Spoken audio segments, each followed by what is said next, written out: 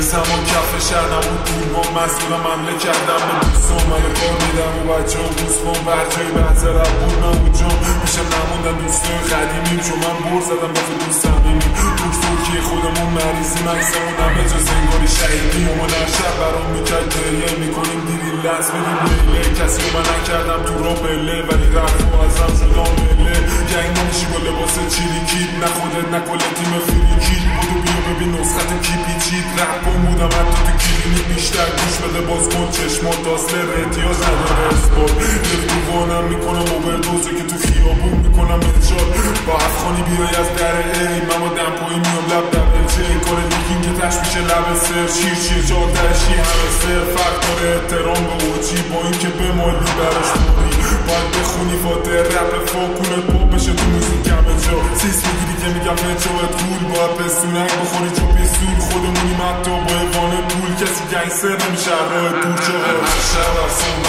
روز و یک سر آژیر معمول رو من میلرزن دندون و چون تو خونده بور صندوق رو هر شب افسان و روز و یک سر آژیر معمول رو من میلرزن دندون و چون تو خونده بور صندوق رو هر شب افسان و روز و یک سر آژیر معمول رو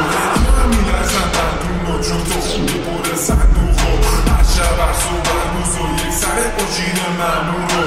من میلرزن دندون و چون تو خونده بور صندوق رو دوست داشتی بشم سر به رو حداقل بزنم خیالو ولی میسازم دیویل انگلیسی مازدران با من شده شیکاگو همه ترپی و ویزون فوقا بیگونا و دنبال بیفته ناجا قسم خوردم از نجات آدم ها رفیقان گفتم نیارن گیا کار رپان واقعی نداره ترس که فلو بوم دارم قد نوار غرصه هنوزم رپ میکنم واسه سول با این که تنم برو جای زخمه جای برو بریام پشتم و نفه اینا میخوام منو بکنن هم خفه میگه رپ فاقاسم نقطه ضعفه ولی منو ساکت نمیکنه این دفعه از شیکاگو فقط بود بالا خان دنبال کننده فقط بود برو باز خودم پادگان صدام کانادا بهم فوش میدادن جای ماشالا شدم پیکاسو مثل پیکاشو شما لسیدی میباره بارو تو میخواستی بشم دکتر پسرت لجند شده تو خیابون هر شب هر صبح هر روز و یک سر آژیر معمول رو